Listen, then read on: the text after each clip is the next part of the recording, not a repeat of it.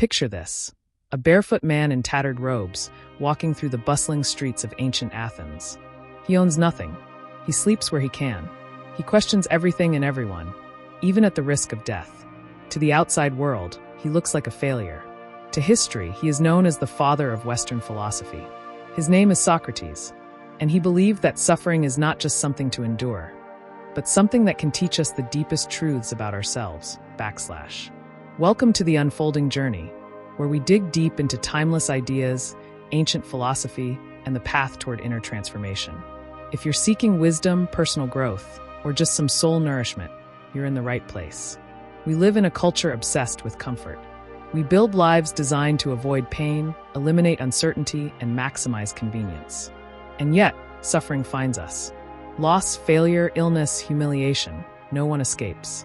But what if suffering isn't something to merely survive? What if it's something to learn from? For Socrates, suffering wasn't just inevitable, it was essential. Not for its own sake, but because it could provoke wisdom, the very foundation of a life well lived. Socrates was born in Athens around 470 BCE. He wasn't a king or a priest or a wealthy citizen. He never wrote a book. He didn't charge for his teachings.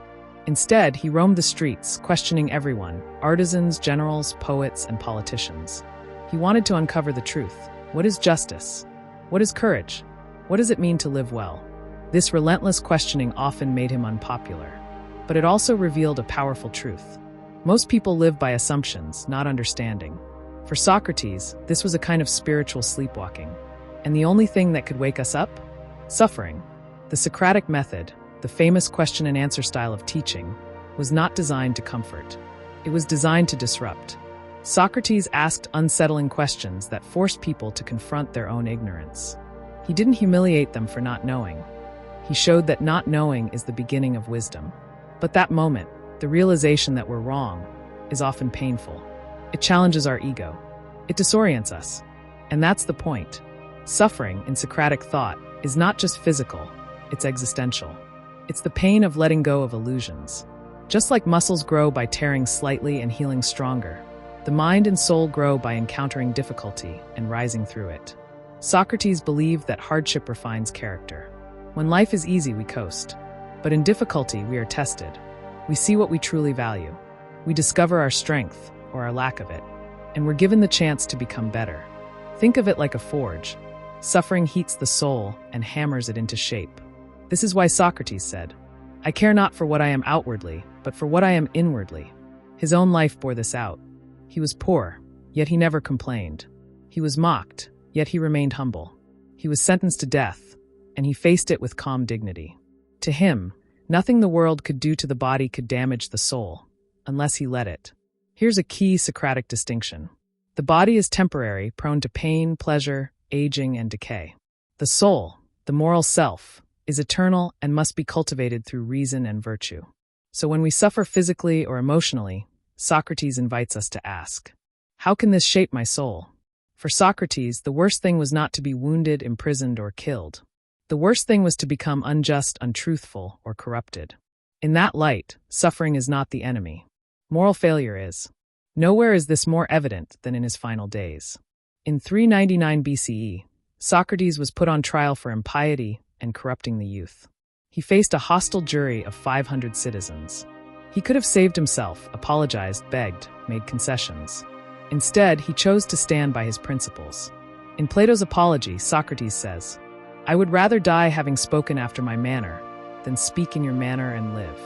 To him, compromising truth to save the body was spiritual suicide. He drank the poison calmly. He comforted his friends. And he died as he had lived, pursuing wisdom, not self-preservation. What makes suffering valuable in Socratic thought is its ability to teach us. Discomfort reveals our attachments. Loss shows us what we truly value. Failure shows us where we're weak and how we might grow stronger. Without hardship, we would remain shallow. With it, we can become profound. This doesn't mean we should seek pain for its own sake. But when pain comes, as it always does, we can choose how we meet it. Will we become bitter or wiser? Perhaps the most famous Socratic phrase is, "Know thyself," but knowing oneself is not easy. It requires stripping away illusion, facing uncomfortable truths, and accepting imperfection. This is inherently painful. We might discover our pride, our cowardice, or our hypocrisy.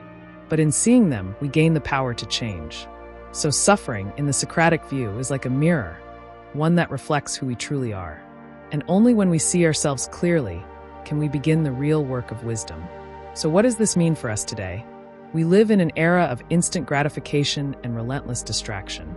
When we suffer, we often numb ourselves with entertainment, food, substances, or social media. But Socrates invites us to do something radical, to stay present in our suffering, to ask what it is trying to teach us. What fear is this pain revealing? What attachment is being challenged? What value is being questioned?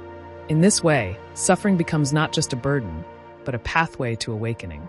Much of modern self-help tells us to fix, hack, or avoid discomfort. But Socratic wisdom says, go into it, sit with it, let it transform you. This isn't a path for the faint of heart, but it is a path toward truth and ultimately toward peace, the peace that comes not from control, but from understanding. Socrates did not glorify pain, but he understood its value. To him, the soul, not the body, was the true battleground, and every hardship was a chance to sharpen the soul's blade. So the next time you suffer, pause. Instead of asking, why me? Ask, what can I learn? Instead of running from discomfort, walk into it with courage. Let it show you what really matters. Because as Socrates proved with his life and death, the path to wisdom is not paved with ease, but with endurance, reflection, and the quiet fire of transformation. If this exploration into the value of suffering in Socratic thought resonated with you, please consider subscribing to The Unfolding Journey. Backhand index pointing right, hit the like button, leave a comment, and let us know. What have you learned through hardship in your own life? How has suffering shaped your pursuit of wisdom? Bell, and don't forget to turn on notifications so you never miss a journey into timeless truth. Until next time, keep seeking, keep questioning, and keep unfolding.